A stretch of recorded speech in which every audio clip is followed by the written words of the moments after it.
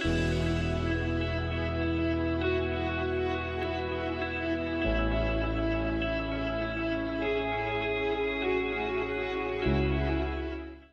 noite a todos e a todas. Entrando Olá.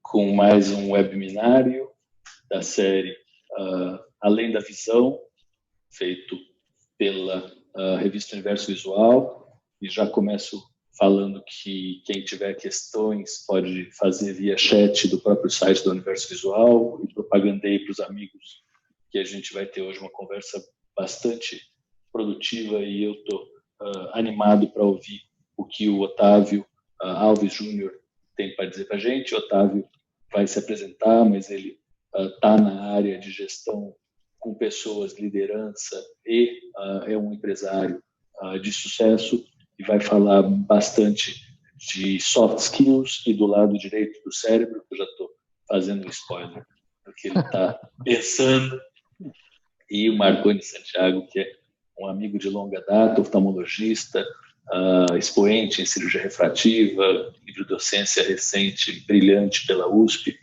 um colega da mais alta valia, e que tem, em relação a esse tema, uma relevância grande, porque ele coordena o RIO, que é o simpósio de ótica cirúrgica, eu vou dizer que é o mais importante, tá, Marconi? Que a gente tem no nosso meio, e teve um crescimento exponencial nos últimos anos, e que vai sofrer bastante a modificação e talvez se beneficiar dela também.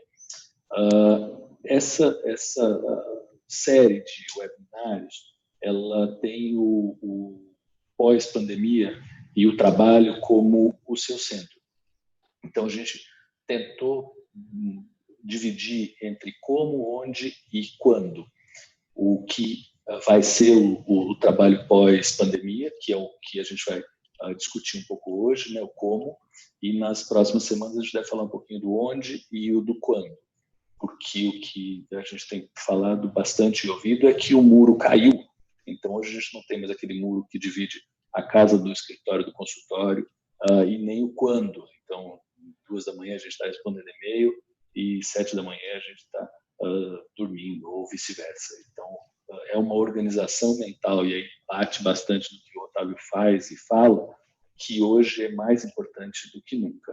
Como é que a gente educa como é que nós nos educamos, e como é que a gente educa as crianças para que elas tenham essa organização, né, de estudo, porque se as escolas mudarem, isso muda completamente, a gente começa a precisar estudar sozinho, estudar em casa, até local de trabalho. Bom, vou deixar a palavra com vocês, e aí eu queria começar um pouquinho com o Otávio, e deixar ele se apresentar, claro, e já deixar ele falar do que ele quiser, mas acho que vamos bastante nessa área daí de liderança, gestão, futuro, competência digital. E eu tenho uma provocaçãozinha para ele, que é a seguinte: Otávio, me passa pela cabeça um pouco o modo como hoje em dia a gente é remunerado, e como hoje é a relação de trabalho, no sentido de ter elementos de produtividade. E quando a gente vai para o online, fica mais transparente um pouco, e fica, talvez, zera o odômetro, e a gente pode recombinar as relações que a gente vai ter com as outras pessoas, e o trabalho também. E uma das coisas que mais me chama a atenção é o tempo. Se a gente for para o caminho que o Harari propõe, de mais globalização, mais solidariedade, um novo pacto, talvez a gente precise sair um pouco da métrica capitalista pura e começar a conversar um pouquinho de quanto que vale o tempo de cada pessoa, né? Qual é o tempo que eu vou me dedicar a cada coisa. Não ter uma mais-valia absurda para algumas coisas e uma hipovalorização absurda para outras, enquanto que nós somos relativamente parecidos, né? Claro que a gente tem que levar em consideração quanto que a gente investiu e companhia limitada, mas a desigualdade é brutal.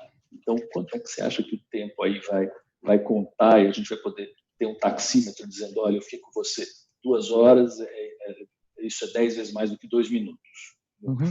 Como é Olha, que é? boa noite a todos, muito obrigado pelo convite, para mim é um prazer estar aqui com vocês. Como é que eu vejo esse século XXI pós-pandemia, né? Nós vamos ter governos mais endividados do que nunca, porque estão precisando se endividar cada vez mais nesse momento para combater a pandemia. Nós vamos ter empresas saindo dessa pandemia super machucadas, com problemas de caixa, faturas que não foram pagas, empresas com dívidas em dólar, com endividamento lá em cima pressionando os balanços.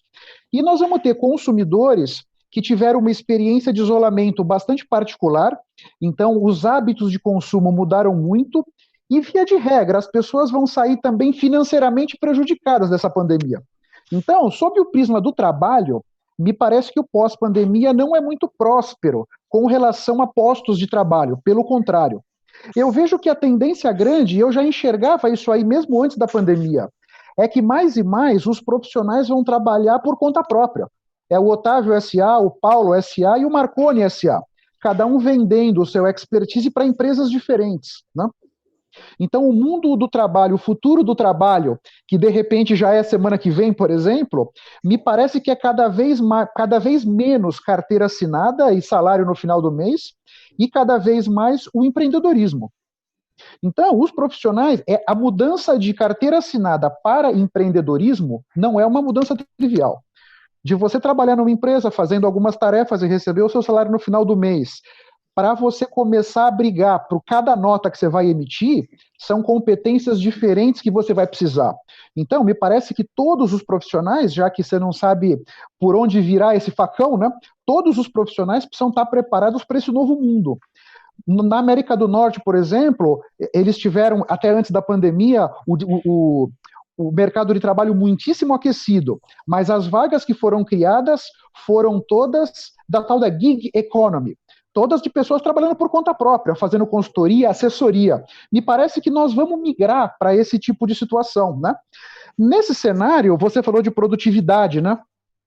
Aí, meu caro, o empresário, ele vai trabalhar quantas horas forem necessárias para poder colocar comida na mesa, sustentar a família e chegar naquele nível de bem-estar que ele gostaria, né?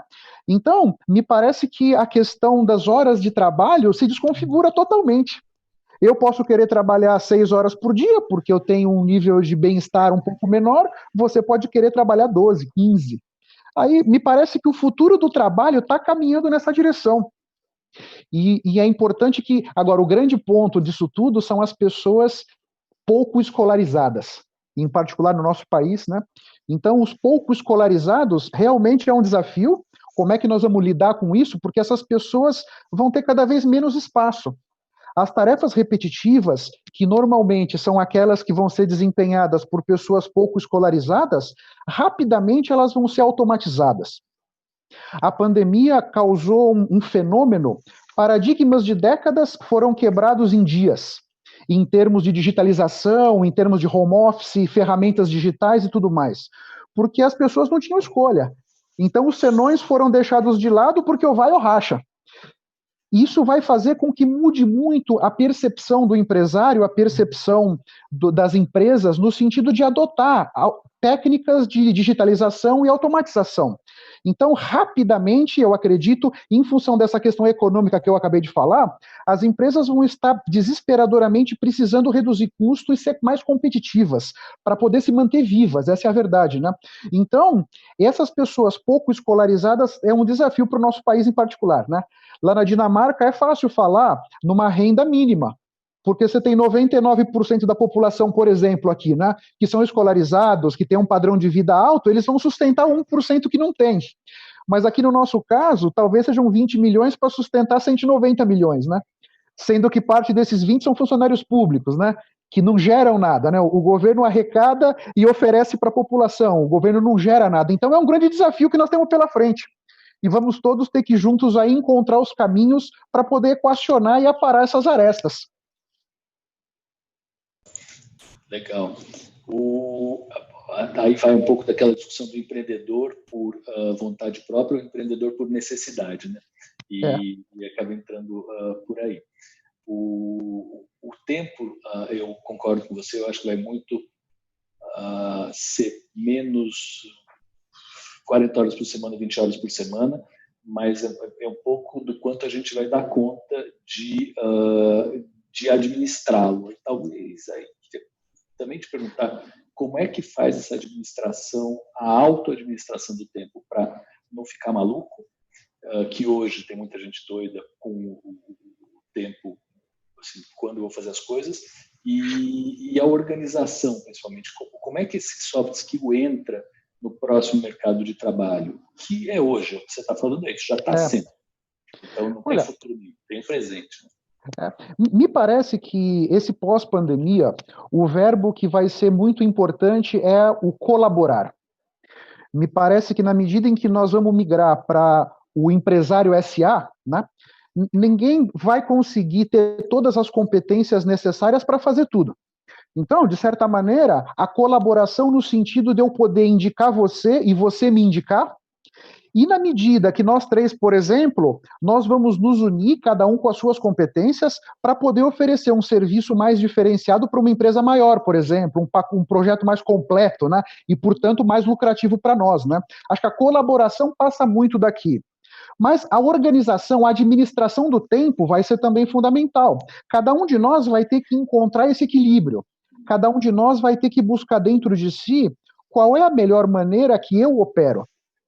E aqui entra uma questão de autoconhecimento que eu acho interessante, né? Aí a tal da inteligência emocional, né? Como é que o Otávio reage com esses impulsos e essas demandas do mundo externo e como é que eu me relaciono com o outro, de maneira que eu possa buscar um equilíbrio entre o meu trabalho, a minha vida pessoal e as minhas coisas, né? Que se você pensar bem, mesmo no mundo anterior, do trabalho pré-pandemia, por exemplo, né, já não era alguma coisa tão simples de administrar. Muitas pessoas, especialmente na área médica, aí a minha irmã é médica, por exemplo, trabalhando muitas horas, né, e começando cirurgia às 5 da manhã e vai operar até sei lá que horas, né. Então todos nós vamos ter que aprender. Vamos ter que encontrar esse equilíbrio, porque o equilíbrio do Otávio certamente vai ser diferente do equilíbrio do Marconi, que vai ser diferente do equilíbrio do Paulo. E esse equilíbrio vai depender de uma série de coisas e circunstâncias da nossa vida, o que a gente quer para nós, o que a gente valoriza, né? Esse período da pandemia e, em particular, o isolamento social, eu acho que é um momento que a vida está nos dando como um presente, eu enxergo dessa forma, uma oportunidade de que todo mundo desacelerou um pouco, todo mundo passou mais tempo com a família e todo mundo teve uma oportunidade, não sei se todos estão aproveitando, mas todos estão tendo a oportunidade de avaliar o que de fato é importante para mim. Porque nessa pandemia, aquele Rolex, que eventualmente alguém que está nos escutando comprou, 20, 25 mil dólares, está lá na gaveta, ninguém tirou de lá. Agora, aqueles que puderam, vamos dizer, se desenvolver sob o prisma do autoconhecimento, são pessoas que são mais conhecedoras sobre os seus sentimentos, as suas reações e o impacto que eles causam nos outros, poxa, eles vão poder, depois da pandemia, acelerar muito mais, né? Então vamos todos nós ter que buscar esse equilíbrio, você entende? É assim como eu vejo, pelo menos, né? Não, eu vejo exatamente igual. Ela costumava dizer, em algumas palestras que eu dava, que antes de cuidar dos outros, a gente tinha que cuidar de si mesmo. Então, perfeito. Todos os estudantes de medicina fizessem terapia. Perfeito, concordo. Não fosse uma disciplina eletiva, fosse obrigatória. Mas obrigatória. Verdade. É super importante isso. Um outro ponto que você comentou sobre a globalização. Me parece que a globalização ela está sendo colocada em xeque, especialmente nessa pandemia que começou na China, e a China é a fábrica do mundo. Então, rapidamente, muitas indústrias de muitos segmentos tiveram que parar, por falta de componentes acabados e semi-acabados que vinham da China. Então, as empresas que tiveram essa ruptura de produção certamente perceberam que a cadeia de suprimentos que elas tinham desenhado, que nunca se imaginou que íamos passar por uma pandemia, é bem verdade, né? Mas passamos, não resistiu. Então, me parece que nós vamos caminhar numa direção, e claro que isso não é semana que vem, porque essa é uma decisão no tempo, né, envolve investimentos e tal, de buscar sistemas de fornecimento mais resilientes. Então, me parece que as empresas vão tender a trazer esses fornecedores estratégicos mais para perto. Você vê empresas americanas, até por causa do Donald Trump, já trazendo produção de volta para os Estados Unidos, porque perceberam, opa, peraí, a globalização era muito linda quando eu mandava a minha produção para a China e o chinês barato produzia aquilo e eu tinha uma vantagem de custo. Pô, sensacional. Mas numa pandemia como essa, que poderia ser um terremoto, poderia ser alguma outra catástrofe, como aconteceu no Japão lá em Fukushima 2012, né? Então, me parece que a globalização, de certa maneira, vai ser colocada um pouco em xeque. Talvez a gente caminhe uns 2 passos para trás nesse ponto, para eventualmente mais para frente caminhar mais rapidamente para frente, mas nós vamos dar uma parada, porque todo mundo se deu conta que aquele sistema que parecia, do ponto de vista de custo, muito eficiente, com essa questão da pandemia se mostrou com algumas falhas aí. Fragilidade. Né? Exatamente. Vou voltar para você daqui a pouco. E Perfeito. É que a gente... bom, primeiro, quem tem questões, e aí o Otávio levantou milhões delas, mais comentários, questões, por favor, chat, esperamos as questões, isso ajuda bastante, anima, e a gente consegue abrir outras portas que a gente ainda não conseguiu ver. Mas queria ir para o Marconi agora um pouquinho. Marconi, citei para você sobre você a história do Rio, e imagino que você esteja tendo um desafio grande e uma oportunidade grande, que é o que o Otávio coloca também, de fazer o congresso virtual funcionar, e como que a gente faz transferência de habilidades virtualmente, que aí começa a complicar um pouco a história. E acho que você já podia também emendar um pouco e comentar da nossa especialidade, que as pesquisas aí mostram que é a mais afetada entre todas as subespecialidades na pandemia. Então, a gente está number one, última coisa que a gente gostaria de estar, né? Quem mais teve perda monetária por enquanto foram os oftalmologistas. Lá no fim, então, os intensivistas, lógico, infectologistas, tem obstetras e companhia e tal. Então, como é que você está se virando com a transferência de conhecimento e, principalmente, o que você está pensando que vai ser também, como professor, a transferência de hard skills, de como é que opera, como é que adquire uma técnica nesse cenário. Bom, novamente um prazer grande estar aqui com vocês, prazer estar com o Dr. Paulo Shaw, professor Otávio, aprendi muito aí agora nessas suas colocações. Muito obrigado também a todo o pessoal envolvido na Universo Visual, a Marina, a Jéssica, o Marco, que está aí coordenando tudo. Bom, doutor Paulo, sem dúvida, né?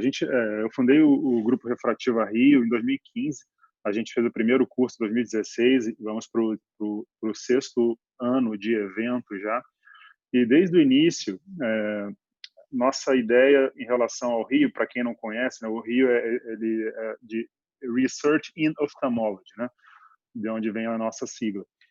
E desde o início o curso foi pensado para compreender toda a dinâmica que vinha acontecendo do ponto de vista de convergência de tecnologia. A gente sempre pensou muito sobre isso. Bom, quando a gente fala sobre um curso que tem como objetivo, na verdade, uma empresa onde a gente empreende em ensino, né, diante de uma situação de pandemia, alguns desafios se colocaram diante de nós. E eu realmente acho interessante dividir com as pessoas que estão nos ouvindo como nós lidamos com isso, né? Realmente haviam alguns caminhos e algumas decisões a serem tomadas, e eu acho legal a gente conversar um pouco sobre que caminho a gente tomou e que decisões nós tomamos e por quê. Primeiro, diante do fato da gente considerar, a partir de 12 de março, que estávamos diante de uma pandemia, um dos aspectos mais importantes do curso ficou em xeque. Nós não somos um curso regional. Então, veja que ponto importante. Somos um curso em que, primeiro, adquiriu abrangência nacional. Sempre temos, todos os anos, pelo menos 26 estados presentes, dos 27, quase sempre, pelo menos 26. Geralmente, falta um estado para completar o Brasil inteiro. Nos últimos anos, o curso se tornou cada vez mais internacional. Ano passado, tivemos 20 países diferentes, pessoas de 20 países diferentes participando do curso. Todo o curso tem tradução para inglês e espanhol. Então, o primeiro desafio era, bom, como essas pessoas iriam se deslocar para um curso cujo objetivo era ensino, né, de alta complexidade. A gente sabia que seria inviável. Então, a gente teve uma decisão importante a tomar. Bom, poderíamos simplesmente adiar o evento. Olha, o evento vai ser adiado, vai ser realizado em outra data, provavelmente no próximo ano apenas, ou poderíamos fazer o que a gente fez. E aí eu acho bem interessante, porque tomamos decisões muito importantes. Primeiro foi que ao invés de simplesmente adiar o evento, nós decidimos que íamos passar por isso. Já tínhamos mais de 500 inscritos para o evento desse ano, o evento presencial. Então, primeiro, comunicamos a essas pessoas que iríamos passar por essa pandemia absolutamente juntos. De que maneira? Propondo ações. Então, eu falei para todo o nosso time, olha, ao invés de comunicar um adiamento, nós vamos comunicar que estamos propondo ações para que a gente passe por esse período junto. E quais ações? Primeiro, aprimoramos nossas ferramentas de comunicação. Então, isso é importante porque várias etapas que já estavam pensadas em termos de desenvolvimento do curso, como o professor Otávio falou, elas foram aceleradas durante esse processo da pandemia. Mas eu acho que provavelmente teve muita dificuldade quem não tinha pensado em nenhuma delas ainda. Então, etapas que já haviam sido pensadas e planejadas foram aceleradas, pelo menos foi assim no nosso grupo. Então, como eu disse, a nossa primeira mensagem foi: vamos propor soluções. Então, primeiro, aprimoramos nossas ferramentas de comunicação, criamos, e esse foi um passo fundamental, criamos aulas, professor Dr. Paulo, de acesso livre, online, para que a gente pudesse testar a plataforma. Então, testamos a plataforma de maneira gratuita, em diferentes horários, com diferentes formatos, com diferentes tipos de dinâmica em termos de quantidade de pessoas presentes na sala, interação. Enfim, testamos isso. Fizemos pelo menos 3 aulas gratuitas para a gente testar. Nosso objetivo ali era testar a plataforma. Criamos o podcast, que envolveu um grupo grande de pessoas, a Natália, a Carla, a Alicia, ajudando na confecção. A Juliane ajudou bastante no início. Lançamos o aplicativo do curso e, principalmente, pensamos na versão online que seria realizada esse ano. Mas veja, então, ao invés de uma simples comunicação, olha, o curso vai ser adiado, nós já propomos uma série de soluções para passar por isso junto. Claro, a mais importante delas era, sem dúvida, a realização do curso online. Como eu disse, a gente se preparou para fazer esse curso online. Nós demos uma das primeiras aulas do Dr. Paulo Schoff no Zoom, usando a plataforma Zoom, logo no início. Já no início de março, a gente já usou a plataforma Zoom, fizemos, como eu disse, 3 aulas com intervalos de pelo menos 3 dias entre elas, para a gente ter tempo de examinar a informação que a gente obteve de cada uma delas, para a gente poder pensar no curso. O curso presencial, olha que interessante, seria no final de maio, agora, entre os dias 26 e 31 de maio. Então, eu pensei inicialmente, bom, será que a gente deixa o curso online para o fim de maio, como seria o curso presencial? Mas não, eu pensei em antecipar o curso online bem para o final de março, início de abril, porque eu já imaginava que iria acontecer o que está acontecendo agora, que era uma espécie de desgaste mental para as pessoas em relação ao volume absurdo de aulas online que provavelmente ficariam disponíveis. Então, a gente antecipou o curso, tudo isso, decisões que tomamos em alguns dias, né? Então, a gente antecipou o curso para o início de abril. Decidimos fazer 3 plataformas de curso em 3 línguas diferentes. Claro que a gente teve que fazer um formato de curso menor, ao invés das nossas 100 aulas que temos no curso presencial. Diminuímos para cerca de 40% disso, em termos de tempo, de horário. Fizemos, ao invés de dias seguidos, 2 dias com intervalo de uma semana, foram 2 sábados, para que a gente tivesse eventuais erros, pudéssemos elaborar e aprimorar a plataforma e o nosso conhecimento nesse tipo de... Principalmente porque ali a gente estava testando. E a gente testou tudo, doutor Paulo, isso que foi muito legal. A gente queria usar essa plataforma, como o professor Otávio disse, para aprender. Esse momento de pandemia, para aprender. Então, testamos horário de disponibilidade, a viabilidade e fluência da plataforma, fluência para diferentes países, possibilidade ao vivo, possibilidades de módulo gravado, segurança da plataforma para o nosso usuário, ou seja, para que só ele tivesse acesso a isso. Enfim, fizemos muitos testes, estamos nesse momento minerando, né, todos esses dados para a gente conseguir fazer um curso online cada vez melhor.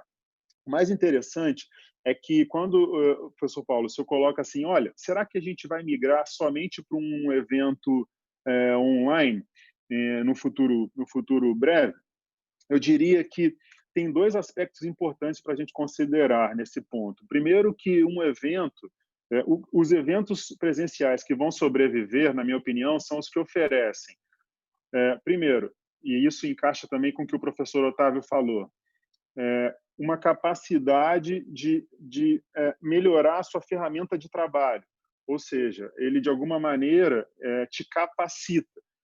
E isso acontece no curso Refrativa Rio, por exemplo, além do conhecimento teórico, através dos wet labs. A gente ainda não consegue fazer os wet labs porque com realidade aumentada a gente vai conseguir, a gente tem pensado bastante sobre isso, mas ainda não conseguimos transferir. Então, a gente precisa das pessoas presentes para fazer os wet labs. Isso vai capacitá-las. São wet labs pensados para que elas consigam aplicar no dia seguinte. Ou seja, o Otávio SA, o Paulo SA, vai ser capaz de operar mais caso ele esteja presente em cursos de capacitação, como é a proposta do Refrativa Rio. Então, como eu disse, para mim, eventos presenciais vão sobreviver se tiverem duas coisas. Primeiro, se forem ferramentas de capacitação, e segundo, representem uma experiência, o que não acontece sempre. Muitas vezes, ferramentas de ensino seguem, e eu acho isso um grande erro de muitas universidades, caminhos formais de ensino que já não se encaixam com a realidade atual. Hoje se tem muitas opções, muitas possibilidades de conhecimento, então a gente precisa transformar a experiência presencial, o curso presencial, numa experiência. Então, para mim, esses são os dois pontos. Se me pergunta, então, qual vai ser o futuro? Vai ser esse curso, vai ser esse evento presencial que oferece uma experiência e capacitação, ou vai ser o formato online? Acho que a gente vai evoluir para um formato híbrido, onde a gente consiga ter uma boa parte da experiência online, ou seja, a pessoa vai poder otimizar o tempo dela, consumir da maneira que for adequada para ela, e existem desafios associados a isso, sobre os quais eu já falo, e ela vai estar presente no curso num período de tempo menor, apenas para capacitação, ou seja, talvez só para os wet labs e uma parte muito menor do curso teórico. Acho que a gente vai evoluir para um formato híbrido. Grandes professores, como o professor Glassdale, por exemplo, da Universidade de Nova York, diz que muito provavelmente a gente vai evoluir para uma combinação de grandes empresas de tecnologia e grandes universidades, né, onde a gente vai ter uma experiência online muito mais rica, muito mais completa. Experiências online, só para completar essa minha primeira participação, doutor Paulo, que não são simples de serem executadas. Envolve uma grande disciplina de home office, para quem não tem experiência com home office, estudo online, envolve uma grande disciplina, uma capacidade de atenção muito maior do que normalmente se consegue em eventos presenciais, conciliar com outras atividades que acontecem em casa. Então, muitas vezes, o que parece algo simples acaba sendo facilmente adiado. Como eu posso ver a qualquer momento, eu vou ver depois. E aí vai ficando depois. Enquanto que se a gente se reúne em alguns dias e resolve aquilo ali, isso tem um valor muito grande. E sem contar, para finalizar, que a gente perde um dos pontos mais, eu diria, intrínsecos da natureza humana, que é a experiência social, o relacionamento. Nós somos animais sociais, como, enfim, muitos já disseram aí. Então, eu acho que a gente não vai simplesmente nos desconectar totalmente da experiência presencial, mas eu acho que ela vai ser de maneira muito importantemente impactada. Ótimo, Marconi. Acho que a gente sentiu o drama e principalmente sentiu a tua movimentação enorme, e acho que isso é o que acaba adicionando valor, né? A gente vê que as pessoas fazem no fim das contas por merecer, né? Porque estão atrás, estão correndo, você saiu à frente, você experimentou todas as bandas, os canais, as ferramentas e companhia limitada. Acho que isso é o que acaba fazendo com que volte, não só assim, por que as pessoas iriam ao seu curso e não iriam a outro curso? Porque, a princípio, você já se dedicou, pacas, já saiu na frente. Queria voltar um pouquinho para o Otávio, só falar de novo. Mandem perguntas pelo chat da Universo Visual. Tá? Posso só contribuir com o Marconi, Paulo, antes de você comentar? Aqui um detalhe, Marconi, que é muito relevante. A nossa experiência num home office ou fazendo um curso online, nós nos cansamos mais, é mais desgastante do que um curso presencial, né? Então, uma sugestão para você é a técnica Pomodoro. Essa é uma técnica de produtividade, não sei se já ouviu falar, mas se você der um Google, você acha fácil. Então, você oferece conteúdo por um tempo e dá um tempinho de descanso.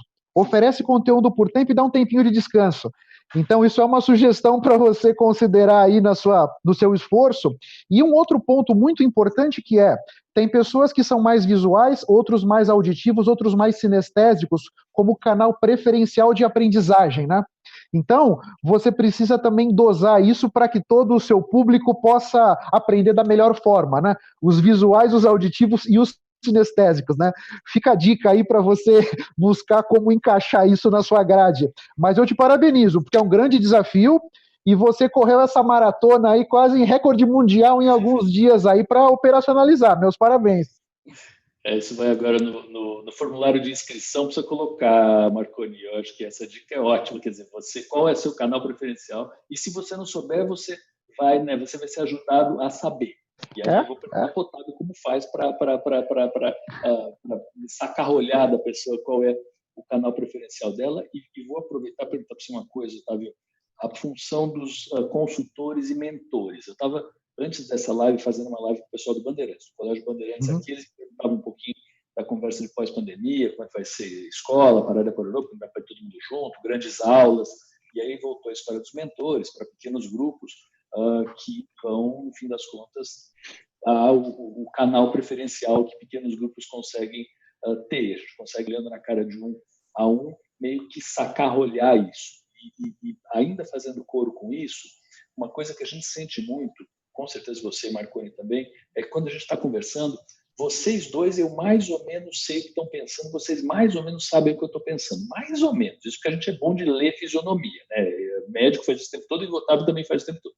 Mas falta o senso do que está rolando no ambiente como um todo.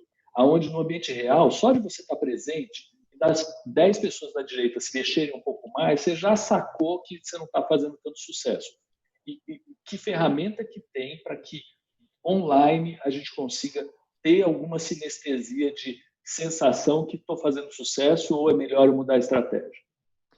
Olha, essa é uma pergunta realmente desafiadora, porque realmente a questão do body language, né? Se você está aqui olho no olho, você fatalmente vê na plateia, você já sabe se está agradando ou se não está.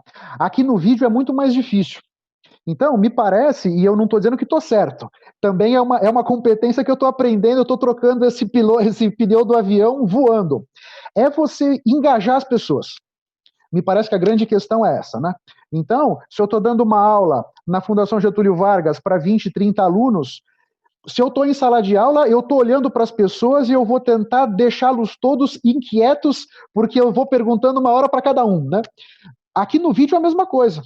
Você precisa estar constantemente engajando as pessoas. Uma coisa que o Marconi falou, puxa, me vi diante daquele desafio, eu poderia ter postergado o curso online, não, eu quis trazer para cá, eu conversei com as pessoas, ele os incluiu, ele buscou opiniões, ele buscou a colaboração, ele fez com que os participantes se sentissem, de certa forma, partícipes ali daquela solução que ele encontrou. Eu acho que é isso que nós temos que trazer para o online. Porque nós estamos nos vendo aqui nesse quadradinho, né? É difícil você perceber o que as pessoas estão ali, e muitas vezes a pessoa não está. Ele fecha a câmera e vai tomar uma água e ele nem está escutando aquilo que você está falando, né? Então, me parece que buscar trazer as pessoas, engajá-las, fazer com que elas estejam na discussão, ativamente participando, é o caminho, para que você sempre mantenha a água fervendo em todos os computadores que estão conectados contigo. Me parece que é isso que eu tenho tentado fazer.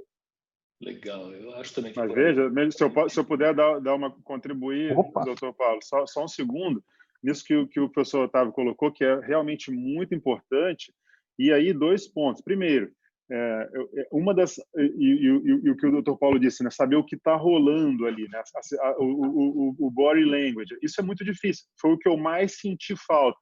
Uma das minhas, acho que, principais formas de comunicação é através da percepção mesmo, assim, como que a gente interage com as pessoas. Isso a gente vai, obviamente, desenvolvendo com o tempo e vai entendendo o que funciona melhor para cada um de nós. Nesse ponto, eu senti muita falta. Eu senti muita falta dessa interação e percebi o quanto isso modificou a relação com as pessoas que só haviam interagido comigo através do curso online. Qual era a diferença das pessoas que haviam interagido comigo presencialmente e das que haviam interagido comigo só através do curso online. Esse ponto é um desafio, porque se estamos falando de aulas ao vivo versus aulas on demand, A gente perderia isso com a aula on demand. Se o cara pode colocar isso a hora que ele quiser, eu não vou estar ali para interagir com ele. Não de uma forma que aproxime a nossa relação. Vai ser de uma forma institucional. Então, veja, a vantagem de se fazer a aula na hora que a pessoa quer, ela acontece diante da desvantagem da maior interação.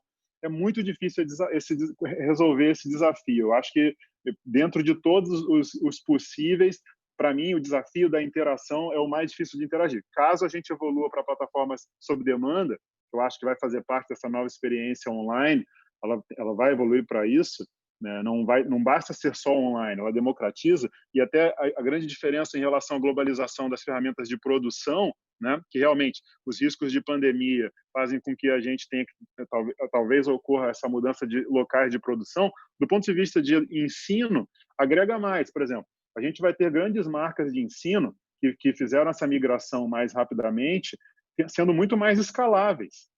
Muito mais escaláveis. O nosso teto passa a ser muito maior, não é mais o tamanho de uma sala de aula. Então, as plataformas de ensino, ou as ferramentas de ensino, né, os grandes grupos de ensino que já entenderam que você não podia falar uma língua só, que você precisava abranger sair das suas fronteiras, você se torna muito mais escalável. Então, do ponto de vista de empreendimento e ensino, a gente acelerou etapas que vão ser importantes para a gente. Não sei se vocês viram, com certeza sim, mas a compra de uma das VRs pela Apple, $100 milhões, eu acho, uma semana ou menos. Então, isso fazendo coro com a história da imersão, né? E aí aquele filme do Spielberg me chama a atenção, do Jogador Número 1, que é todo por imersão. Quando que a gente vai conseguir, e se a gente vai topar, porque tem isso do Otávio, que tem a ver com neurociência, do cansaço, de ficar no mesmo lugar. Tudo bem você colocar um capacete e andar daqui para lá, de lá para cá, mas é completamente diferente de você ir a um outro lugar onde você vai no caminho já se preparando para o que vai acontecer. Você já vai mudando a tua personalidade ao chegar, ou antes de chegar nesse local. Acho que isso é um desafio grande para a gente da neurociência mesmo, entender como é que o cérebro se readapta a esse tipo de situação. Tem uma pergunta aqui que acho que eu queria fazer para o Otávio, que é como cobrar online. Você tem experiência com isso? Porque a gente, já vou te adiantar, é péssimo em cobrar. Então, médico, a princípio, na hora que o paciente pergunta quanto é, você fala, é a metade. Então, a gente já cobrar em grana. Cobrar em grana. A gente já sai perdendo. E se o paciente fala assim, dá para dar um desconto? Você fala, é de graça, para você não é nada, não. E aí puxa, bom saber, hein? Bom saber, hein? Pois é, tá dado, mas agora você vai falar o antídoto, né? E principalmente no online, porque no presencial a gente já estava meio que escolado. A ideia era, eu não trato disso, eu só faço a parte médica, então eu vou pedir para alguém fazer a parte de cobrança. No online é mais complicado um pouco. No online tem essa história até por você ter essa interação direta, mas antes disso, quanto que é o meu preço online? O meu preço online é diferente do meu preço presencial? E se é, por que é, né? Deve ser ou não? Olha só, em princípio, eu diria que não. Em princípio, me parece que nós temos que entender o seguinte: se eu vou no seu consultório para que você avalie o meu olho, a minha visão, etc., e se de repente nós estamos agora num mundo digital em que você vai conseguir me examinar, ou você já recebeu os meus exames e nós vamos trocar uma ideia para você me dizer o diagnóstico, fazer uma interpretação do resultado, né? Normalmente no médico, você vai uma vez, ele te examina ali, você volta, faz uns exames e volta nele. Essa volta nele, que poderia muito bem ser aqui no Zoom, por exemplo, né, me parece que o expertise seu é o mesmo. O que você vai me receitar, vai me prescrever, tem o mesmo expertise, a mesma qualidade. Então, em princípio, eu acho que você me cobraria a mesma coisa. Né? E isso é um ponto que é uma outra competência, puxando um gancho do que falamos anteriormente. Eu sou funcionário de uma empresa e me tornei o Otávio S.A. Eu preciso começar a cobrar agora, coisa que eu não fazia. Eu acho que é com muita tranquilidade. Porque não me parece que o cliente, no caso o seu paciente, vai estar esperando um valor menor porque nós estamos aqui. E especialmente porque você pode amarrar o seguinte: poxa, você antes tinha que pegar seu carro, vir no meu consultório, trânsito, pagar estacionamento, isso e aquilo. Agora você está aí no conforto da sua casa. Então eu deveria te cobrar mais, né? Porque então você já começa dizendo que vai cobrar mais, aí ele vai chorar, você cobra aquele valor que você queria. Né? E um outro ponto, um outro ponto que eu acho muito relevante na questão do médico, que está acontecendo muito no mercado hoje em dia, são as empresas migrando para um sistema de inscrição. Então, uma mensalidade. Então, vamos dar o exemplo da Nike, por exemplo, com tênis de criança. O pai vai lá, paga $50 por mês. Todo mês a Nike manda para sua casa um par de tênis para o seu filho. Já vem a caixa com o nome da criança, o tênis na cor que a criança escolheu, customizado, né? Então, Nike, Adidas, cafeterias, muitas empresas estão vindo para esse modelo de subscription. Eu acho que para o médico pode ser uma coisa bárbara, porque muitas especialidades o paciente vai estar regularmente com você. Não sei se mensalmente ou não, mas com alguma frequência ele vai passar por você com várias doenças, e aí vocês vão saber melhor do que eu. Amigão, eu vou te cobrar um X por mês. Acabou o drama de cobrar online ou cara a cara. O pessoal vai te pagar aquilo por mês, ele vindo na sua consulta ou não. Eu acho que pode ser, esse é um futuro nas aulas de marketing, esse é um futuro do tipo de relação com os clientes que é muito interessante, porque num primeiro momento, o fornecedor, no caso a Nike, por exemplo, né, cobrando $50 por mês, de repente, se o pai for comprar o tênis na loja, é mais caro. A Nike está perdendo um pouco de grana, mas a Nike está tendo uma possibilidade de construir uma relação com aquele consumidor que é particular, é preciosa. Ela vai ter todos esses dados. E nesse mundo do século XXI de análise de dados, o dado é uma moeda, né? Um ativo, né? Eu vou ter os dados dessa molecada toda. Quando essa molecada chegar numa idade que eles vão estar trabalhando e eles vão comprar os próprios calçados, eu vou conhecer você profundamente, eu conheço detalhes do seu pé, o que você gosta, a coloração, eu consigo te oferecer um tênis que você vai imprimir na sua casa, né? O futuro nosso do varejo, nós vamos comprar, vamos receber um arquivo que vai ser impresso a nossa roupa, o nosso tênis na nossa casa, né? Para o médico, essa questão do subscription, me parece que pode ser alguma coisa bem interessante. Bem interessante. Vou passar para o Marco já, a gente tem só nesse do subscription, na verdade, a gente tem antes do subscription essa de cobrar um agravantezinho que é a gente já atendia telefone sem cobrar. Então, esse é um probleminha, né? É só uma dúvida que eu tenho, só queria saber uma coisinha, né? Dá para dar uma olhadinha aqui em festa, né? Na oftalmologia não tem tanto isso, dermato tem muito isso, né? Dá para dar uma olhadinha do que está acontecendo? E aí a gente tem esse limitador. No caso do consultor, no caso do advogado no consultor, ok, nós temos um contrato, por exemplo, você tem 5 horas por mês de atendimento telefônico. Passou dos 5, vamos ter que conversar que alguma coisa temos que fazer, né? Eu acho que, deixando as coisas claras, né? O combinado não é caro, né? Se eu sento na sua frente para fazer um diagnóstico e nós vamos fazer um tratamento, e claramente eu tenho claro qual é a regra do jogo, nós vamos jogar em cima. Eu vou jogar com você caso eu queira, mas se eu quiser, essa é a regra do jogo, entendeu? E aí fica tudo mais claro e transparente, me parece, né? Não, acho ótimo. E acho que ter o dado do consumidor vai fazer com que não só ele fique mais fiel e você mande alguma coisa para ele, mas você vai mandar alguma coisa que ele de verdade está desejando, porque você sabe quais são os desejos dele. Então você vai antes, claro, sem dúvida. Né, você vai prever o que ele quer. E aí só você pode prever o que ele quer, claro. só você tem os dados. Sem dúvida. Também a parte de exames, e aí vocês médicos vão manjar melhor do que eu. Dependendo da doença, o paciente faz vários exames, né? Regularmente. Imagina só, hoje eu posso ir no laboratório X, amanhã no laboratório Y, amanhã no laboratório Z, dependendo da minha disponibilidade, etc., conforto, conveniência. Se eu tenho uma inscrição, um subscription com o laboratório A, pô, eu já estou pagando esse cara todo mês, pô. Eu vou fazer o meu exame no laboratório B, você também cativa o cliente, minimiza de você ir fazendo concorrente, né? Fidelização. O problema, Otávio, Fidelização. A gente perdeu esse subscription para o convênio, né? Ele faz esse subscription com os convênios, com os planos de saúde, e fazem exatamente esse pensamento, né? Assim, olha, já que eu pago o plano de saúde, o meu subscription está ali, né? A gente perdeu já tem alguns anos. Mas, assim, só para acrescentar, eu acho que isso é um desafio que vai em duas mãos. Assim como, só para falar primeiro da eventual consulta online, assim como nós podemos falar para o paciente, olha, você não pegou seu carro, não saiu daí, o paciente pode falar a mesma coisa.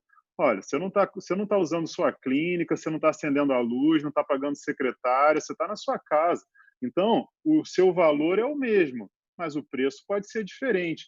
E se a gente transfere isso para o mundo pós-pandemia, em que as pessoas, muita gente vai ser deslocado de classe social, vão ter suas rendas comprometidas, eu acho que a gente tem que usar isso a nosso favor. Se a gente puder manter nosso valor, mas diminuir o preço, usar ferramentas de crédito que viabilizem o pagamento, olha só o tamanho do desafio, trazendo para a clínica, olha que desafio difícil. Além do fato da gente ter pessoas com menos condição socioeconômica para, eventualmente, arcar com custos mais altos, a gente vai precisar de mais tempo de atendimento, mais distância entre as consultas, salas mais vazias. O paciente vai cobrar isso da gente. Olha, eu não quero aglomerar. Você é o meu médico, então a pessoa vai chegar ali com horário marcado, eu vou ter que atendê-la num período de tempo mais rígido, vou ter que investir em ferramentas de proteção, ela vai ter que chegar ali e só pode ter a família dela na sala de espera. Então, são variações que a gente vai precisar fazer.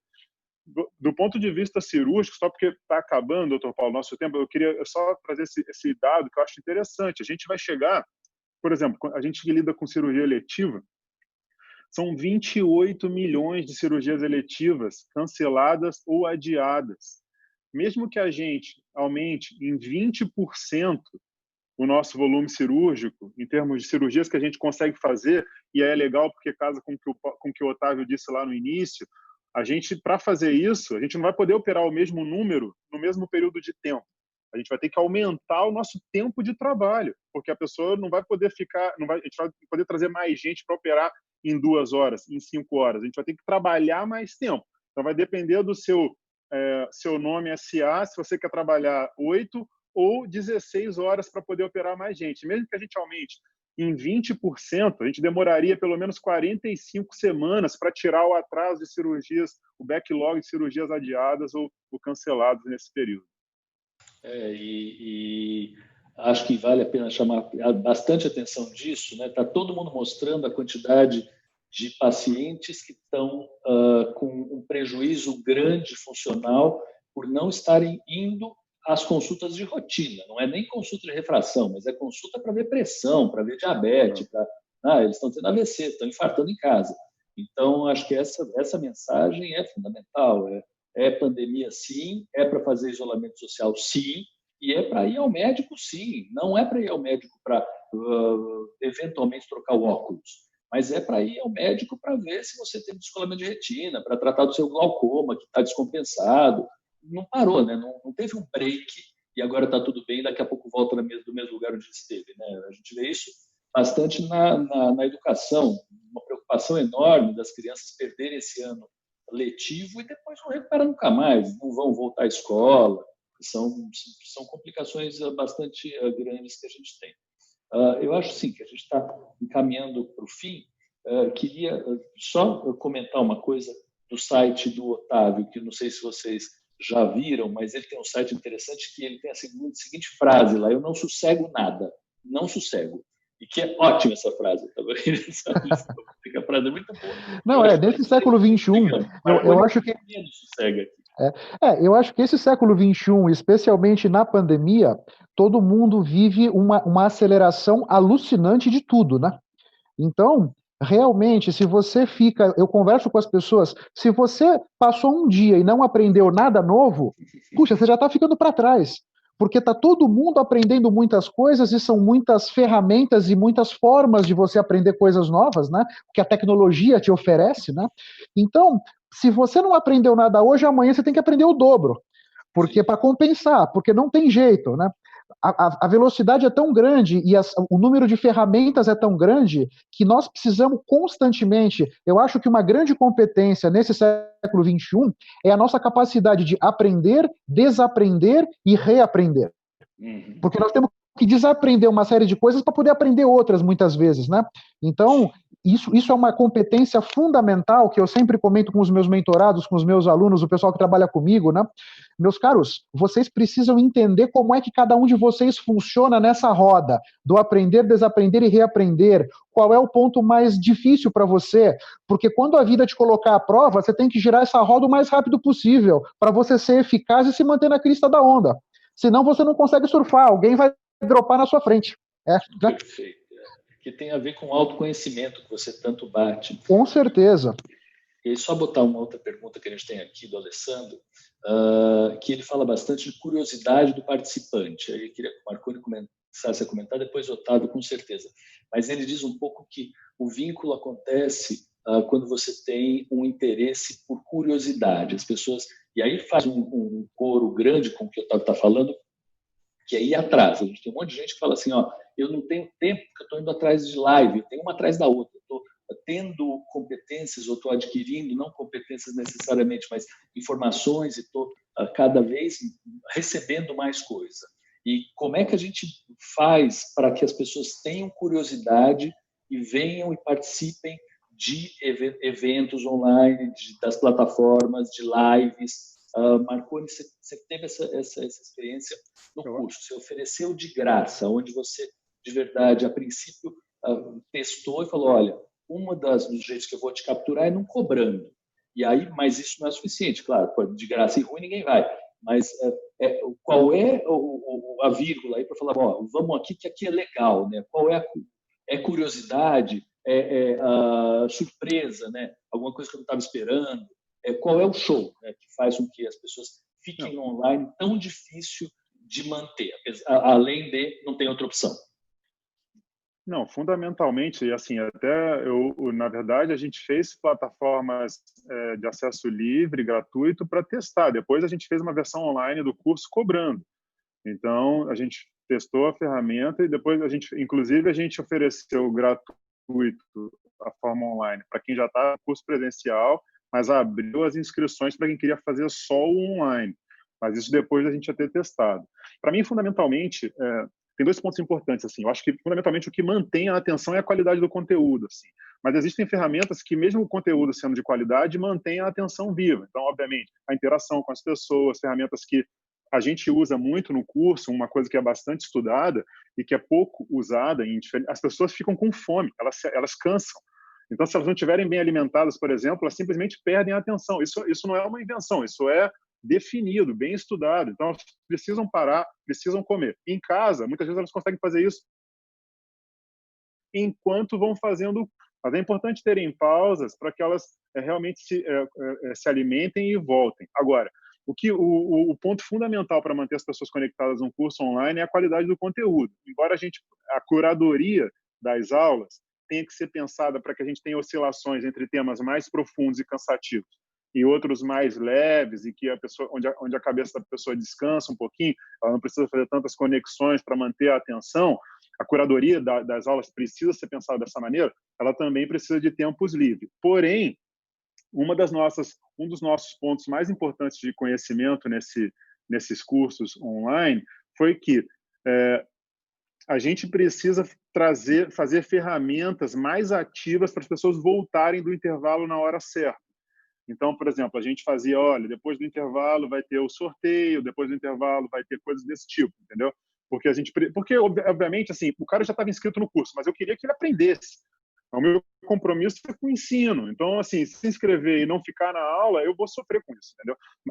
Mas a dinâmica, o controle da sala de aula, que a gente que tem experiência com o ensino, com envolver as pessoas, a gente sente muito falta disso, da dinâmica, do controle da sala de aula, a pessoa que se movimentou. Eu sempre brinco, eu tento, dentro do possível, né, saber o nome de bastante gente que está no curso. Então, por exemplo, para dar exemplo, em alguns momentos a gente tem algumas ações de mais leveza, brinca, uma pessoa levanta, você fala pelo nome, olha, não pode sair agora, claro, entende? São coisas que você vai mantendo as pessoas ligadas com você ali, naquele momento. Mas, para mim, fundamentalmente, o que mantém a pessoa conectada é o conteúdo, é a qualidade do conteúdo. E, claro, formas de apresentar o conteúdo. Dentro disso, o storytelling, para mim, ele se destaca. Se você apresenta um conteúdo que é em formato de história, ele funciona muito e é mais importante quando é apresentado online. Quando ele é apresentado na forma presencial, ele também é importante, mas ele ganha mais importância ainda na apresentação online. O storytelling realmente é o caminho, né? A gente vai no cinema, o filme é ruim, mas você fica até o final. Porque a história te chama e a história te traz um vínculo emocional, né? E essa questão do tempo, que já era importante, hoje o tempo é o principal ativo. A atenção das pessoas é o que tem de mais valioso na nossa vida, me parece, né? Então, as pessoas que estão hoje nos escutando aqui estão nos dando o que elas têm de melhor, né? Então, realmente, e a questão do FOMO, Fear of Missing Out. Então, nós estamos num momento que tem tanta coisa que a gente sempre acha que no minuto passado teve uma mensagem no Facebook que foi transformadora. Então, a gente sempre acha que está faltando, sempre acha que tem mais a aprender. É preciso, aí entra também o autoconhecimento para a gente respirar, não se deixar levar pela emoção, escolher onde nós vamos colocar o nosso foco, né? Acontece muito. Porque onde nós colocaremos o nosso foco é uma decisão que nós tomamos a cada instante. Então, nós podemos colocar o seu foco em coisas que a gente controla ou não controla. Se você coloca o seu foco em coisas que você não controla, é o caminho para ansiedade, desespero e né, você fica agoniado, né? Então, o autoconhecimento também ajuda com que a gente se mova entre o trabalho, entre a vida pessoal, entre a família e os amigos, com mais desenvoltura, vamos dizer, com menos arestas, né? Perfeito. Ótimo. Marconi, agora sim estamos encaminhando para o final, temos mais 4 minutos. Queria que você fizesse suas considerações, depois Otávio também, em relação ao tema ou outros temas que te chamaram a atenção. Feel free. Antes de acabar, eu queria ressaltar esse ponto, né? Assim, existe a vida real e existe esse momento de pandemia. Como a gente tem mais gente com tempo livre, por exemplo, as ações que são gratuitas, como as lives, elas obviamente vão ser assistidas e não necessariamente vão ser assistidas porque são boas. Como o professor Otávio falou, vão ser assistidas só porque estão disponíveis. E aí acontece aquele fenômeno de, na minha opinião, absoluta saturação mental e a gente tem gente, eu tenho certeza que se o curso fosse realizado online, nesse momento do ano, a gente perderia muitos alunos, assim, simplesmente cansados de tantas opções que já tiveram. Como eu disse, atualmente se vê só porque está disponível, e a gente precisa amadurecer nesse sentido. Já do ponto de vista de tempo, para mim, a mensagem que eu queria deixar, eu sigo a escola do Andrew Grove nesse sentido. Para mim, só os paranoicos sobrevivem. Eu penso no curso, por exemplo, todos os dias do ano, alguns dias mais, outros dias muito mais. E, assim, eu realmente acredito que a gente pode usar muito com o nosso tempo. Nosso tempo é muito precioso, dá para fazer bastante coisa. E a gente precisa usar esse momento de pandemia para rever quanto tempo a gente perde. Por exemplo, se a gente utiliza métricas para ver o quanto tempo é dedicado à plataforma de redes sociais, a gente perde meses, às vezes, só em rede social. Então, assim, se a gente conseguir focar, controlar melhor o nosso tempo, entender quais são as prioridades, a gente consegue aprender bastante coisa e ser definitivamente muito útil nesse período em que a gente está mais tempo em casa. Eu já tinha muito tempo home office, então para mim eu não me sinto mal. Assim, eu já tinha muita dedicação, muito do meu tempo com pesquisas, com as ações acadêmicas, já eram dos alunos de doutorado, as minhas próprias pesquisas, as ações relacionadas ao curso, já era muita dedicação home office. Agora especificamente estou envolvido com um outro empreendimento, enfim, já era muito tempo dedicado ao home office. Então a gente consegue fazer muita coisa com o nosso tempo, precisamos, claro, de disciplina. Legal. Otávio é o especialista nisso, que ele é o que está melhor iluminado entre a gente. Então, não só ele sabe fazer, ele está há mais tempo no home office, como o home office dele é bonito do que o nosso, Marconi. Olha, foi um prazer conhecer o Paulo, conhecer o Marconi. É um prazer trocar essas ideias com vocês. O grande paixão da minha vida, aquilo que me torna pleno, é conseguir impactar as pessoas e fazer e contribuir para que cada um consiga construir a sua melhor versão. Então, eu tenho um canal no YouTube, você pode achar pelo meu nome, Octávio Alves Júnior, onde eu disponibilizo conteúdos em áudio. Eu tenho um podcast, onde eu disponibilizo conteúdos em áudio, vídeo, para os visuais, para os auditivos. O meu podcast chama LideraCast. Estou à disposição de todos para trocar ideias nas minhas redes sociais e enriquecer algum tópico aqui que alguém queira tratar. Muito obrigado e uma boa noite a todos. Muito legal. Muito, muito, muito obrigado, Otávio, Marconi. Acho que suprimos e excedemos o que a gente imaginou no começo, que era falar um pouquinho de como. Acho que a gente tem um monte de dicas aí. O Pomodoro é um fantástico. Vamos atrás do modo Pomodoro. O Marconi também insistiu bastante nisso, né? Vamos trabalhar o script além das ferramentas e trabalhar a cabeça da gente além da tecnologia. Acho que é o que acaba ficando. Obrigadíssimo. Até a próxima. Um grande abraço a todos. Tchau, tchau. Um grande abraço, hein? Muito obrigado.